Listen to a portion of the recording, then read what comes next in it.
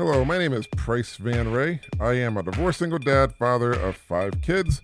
Welcome to my show. Oh, hello and welcome back, family. I'm a little bit out of breath because you guys know I'm like divorced. I have 5 kids. I live at my parents' house. Everything worked out good after divorce. Thank God. For some people it doesn't, but so my mom, she has a physical therapist coming because she's like 97 years old.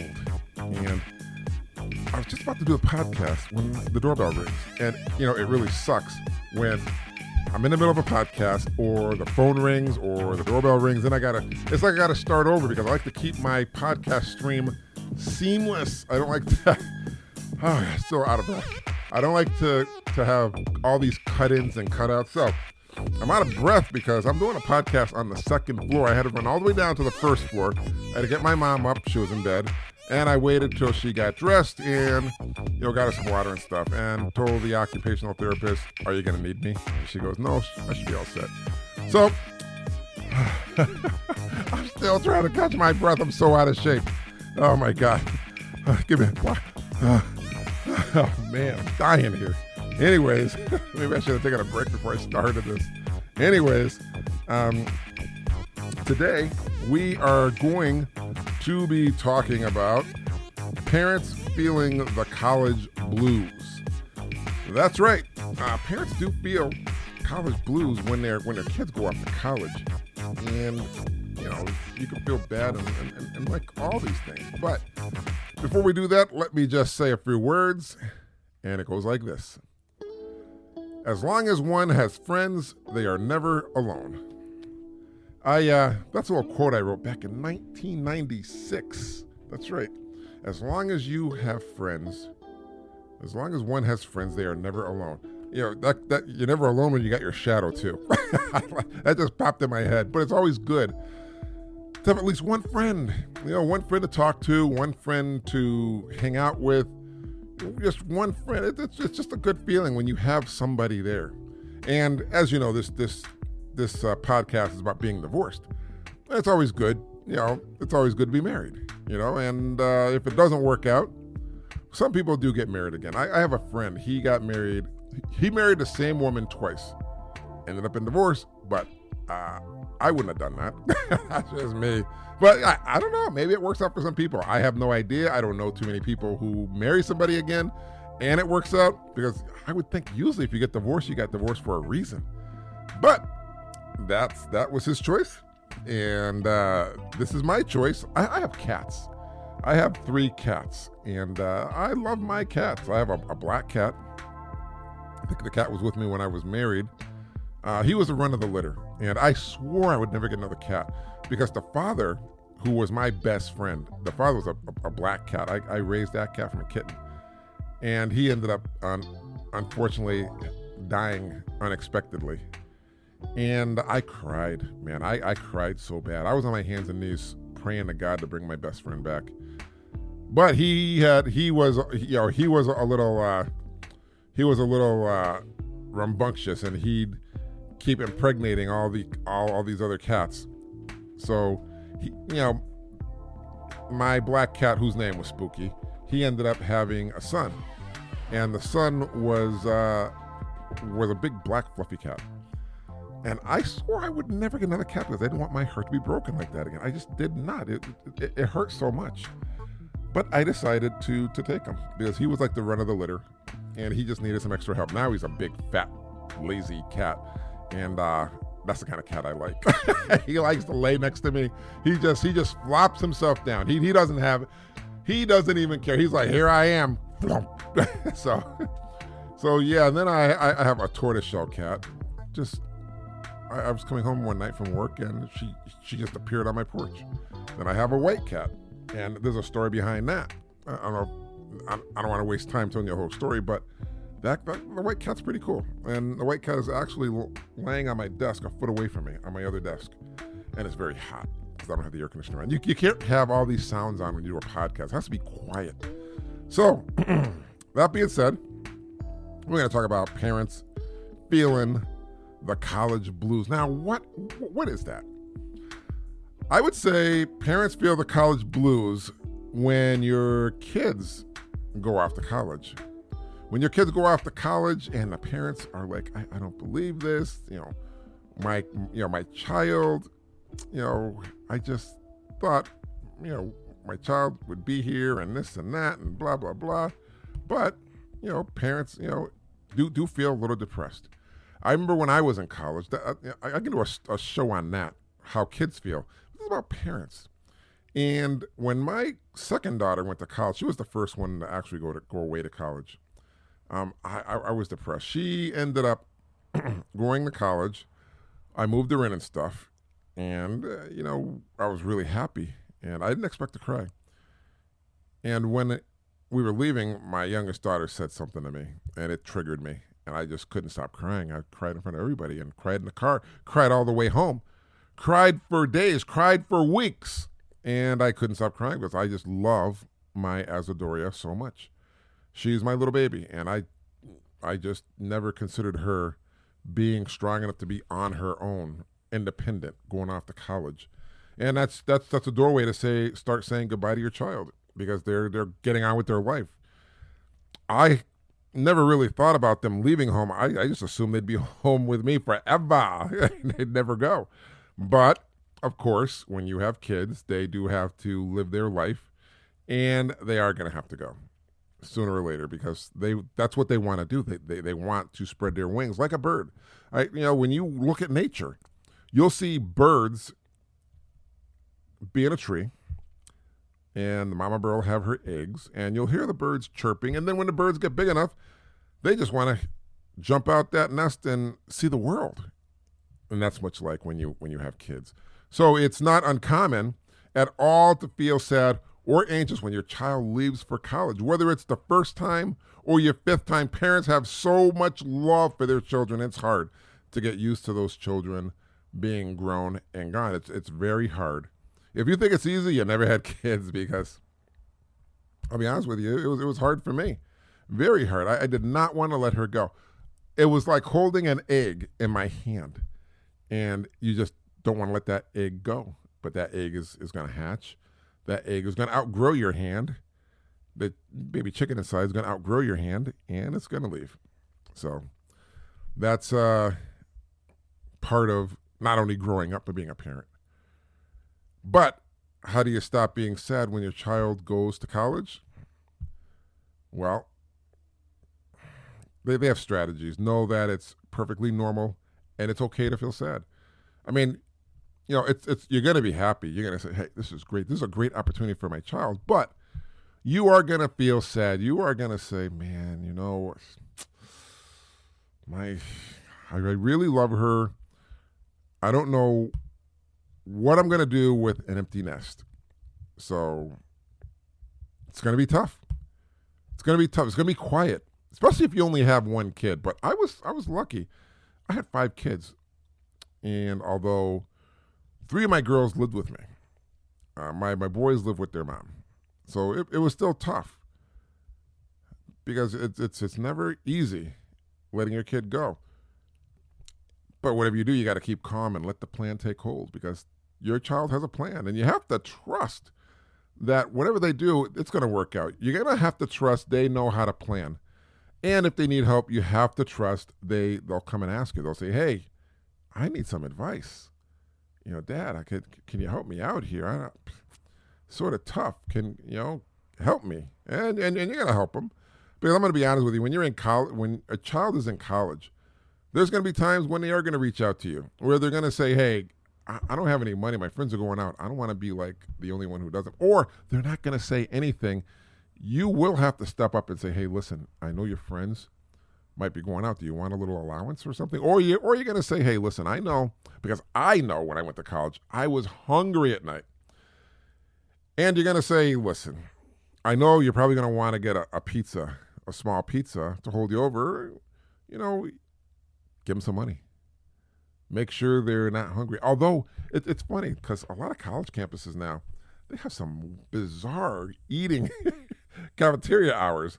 One being they're open late. Whereas when I went to college, they were only open at a certain time. You only had a certain amount of meals, a certain select meals. But now they're serving lobster and and sushi, and I'm like, what? Where was this when I was in college? But hey, it is what it is. But in any case, like I said, you got to let them fly and remind them and yourself that it'll be okay, that things will work out. You'll trust them. You know they're going to make great decisions because they will. You know why? Because hopefully you've been a great role model for them. And you being a role model, they learn. They can learn from you and say, hey, I'm not that scared because my dad or my mom showed me this. My dad or my mom, they told me what I could do. And believe me, they are going to listen. If you don't think kids aren't going to listen, you're wrong. Kids are always going to listen because that's what kids do, And kids do love you. Got to remember that. So when your kids go to college, and I'm sure it's going to be a very, very, very strong experience, not only for you, but for your child. Because she'll say, how long can empty nest syndrome last? You're going to say, how long is this going to last? Empty nest syndrome is normal. It's a normal part of life that can last very short for a few months or an extended period of time, like a year or more, depending on the person. For parents who are particularly attached or linked, part of their identity to parenting their child, adjusting to new lifestyles, may take a year or longer. Is that a good thing or bad thing? I'll tell you, it's just a thing. If you are bonded with your child, if you say, hey, I love my child, and you have a great, close relationship, that's good. I know when I went to college, I would call my mom every day. My dad wasn't really a social bug like that, but I'd call my mom, say, hey, Ma, how's it going? This is what I did today. Just letting you know I'm okay. And I know my mom appreciated that. I mean, what parent would not appreciate you calling them up and saying, hey, listen, I'm in college, this is what I'm doing, and I just want you to make sure, I want you to know I'm not on drugs, I'm not arrested or anything like that. That's another thing. When you're a parent, you're going to sit there and you're going to say, hey, I hope my child is safe. Now, there's a lot of safety things. One is you hope your child doesn't go to college and binge drink and get drunk and die. That's horrible. When I was in college, I was an RA, and I'd see a lot of kids getting drunk. This is in the 90s. I went to UMass Amherst. There was a time when the drinking was just out of control, and I don't know if it still is on campuses, but then kids would do the stupidest things. I'm not going to explain what it was because I don't want kids doing it again, but they'd be screwing around with the elevators. Because of that, there was an elevator accident where somebody fell off the elevator because they were on top of it and they were drunk and they died. I can't imagine being a parent and saying, this is what happened. Your child was drunk and they were doing something stupid and this happened and they're dead. That's probably the worst thing to hear, because I know it was a worst thing to experience as a resident assistant. It was tough. The other thing is, this I didn't see, but I saw the aftermath. There was a kid on a bicycle, and he was riding in the street. He got hit. Now, I don't know if he or she died, but I know it was a big thing, and they were like, hey, somebody got hit. Be careful out there. Can you imagine, again, being the school, calling up the parents, saying, hey, listen, there was an accident. Your child is in the hospital or your child was hit and died. It's horrible. I mean, you don't, as a parent, you don't want to hear stuff like that. You absolutely don't. That is probably one of the worst things a parent can hear, And being a parent, I'm not going to lie to you. I did think about that all the time. I hope that my child was safe.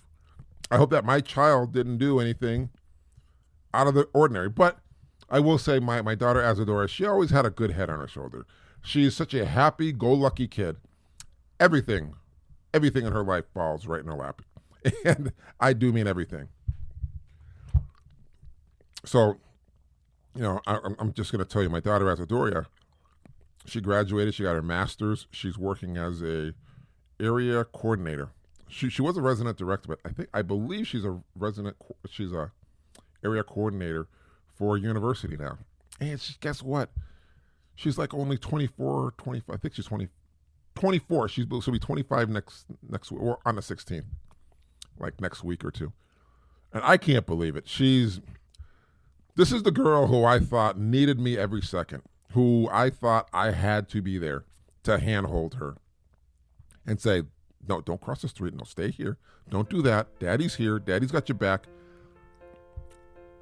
She can stand on her own. And as a parent, you have to realize your child will stand on their own. You got to have faith. You got to make sure that, hey, I believe in my child. Can you believe in your child?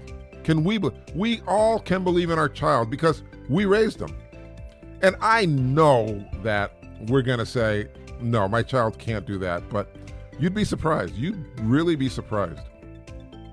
I'm going to tell you, I did an internship down at Disney when I was younger. I was 25. I am older, but still 25. You know what got me?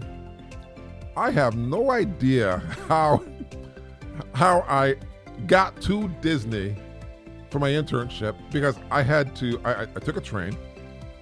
Probably would have been cheaper to take an airplane, but I ended up taking a train because I was actually scared of planes. So I took a train, like I said again. I booked a motel. I timed it out so I could get a taxi to take me to the Disney property and drop me off. I still don't know, was I smart enough to do something like that? I guess I didn't have enough faith in myself, but apparently I did it. And I did it. I got there, and when I came home, I did the same thing. I had my tickets to go home, budgeted all my money out. So, hey guys, remember, if you did it in the past, maybe you don't remember how you did it, but you did it. Believe me, your child can do it too. They're a chip off the old block. I know they can do it. And it's pretty amazing. So, I'm going to tell you right now, it's been a good talk. And this is what I wanted to talk to everybody about. You know, the empty nesters, the blues. Some people say, is it normal to grieve when a child leaves home? Of course it's normal. Empty nest syndrome, that's what they call it, refers to grief that many parents feel when their child moves out. The condition is typically more common in women, though, according to statistics, who are more likely to have had the role of primary care. Although, I think, personally, it's probably equal because I think men love their kids just as much. I love my daughters. And I got to remember, we only want what's best for our children. That's what we want. We don't want nothing bad to happen to our kids. We want to be there for them. We want to make sure they're going to be successful in life. And we're going to do a good job. So, make sure when you drop your kids off, you make sure they're safe. And you tell them, I will love you. And make good choices. Of course. Because that's what we do as parents. We want to make sure they all make good choices.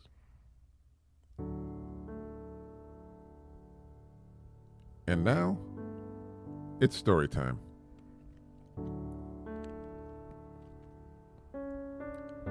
An elderly man in Phoenix calls his son in New York and says, I hate to ruin your day, but I have to tell you that your mother and I are divorcing. 45 years of misery is enough. Pop, what are you talking about? The son screams. We can't stand the sight of each other any longer. The old man says, we're sick of each other, and I'm sick of talking about this. So you call your sister in Chicago and tell her. And he hangs up. Frantic, the son calls his sister, who explodes on the phone. They're not getting divorced if I have anything to do about it. She shouts, "I'll take care of this." She calls Phoenix immediately and screams at the old man, "You're not getting divorced. Don't do a single thing until I get there. I'm calling my brother back, and we'll both be there tomorrow. Until then, don't do a thing. Do you hear me?" And hangs up. The old man hangs up his phone and turns to his wife and says, "Okay, they're coming for Thanksgiving. Now, what do you want to tell them for Christmas?"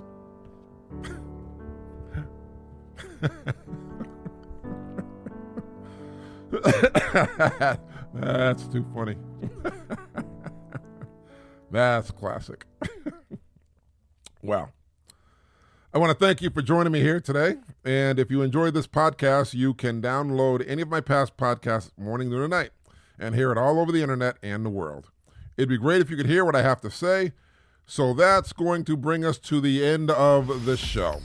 I want to thank you all for listening today. It's been great. And don't forget to be nice and talk nice to everyone you see. It's free. Don't be a jerk. And remember this one last bit of advice. Tomorrow is never promised. So don't go to bed angry at your child or anyone you love. And before you go to bed tonight, hug your child and tell them, "I will love you forever, Dad." Hey, thanks everybody for joining me here today. And let's do it again. I'll see you next time here on my show. Be well, be kind, be back, peace, and I, my family, my friends, I will see you later. Goodbye.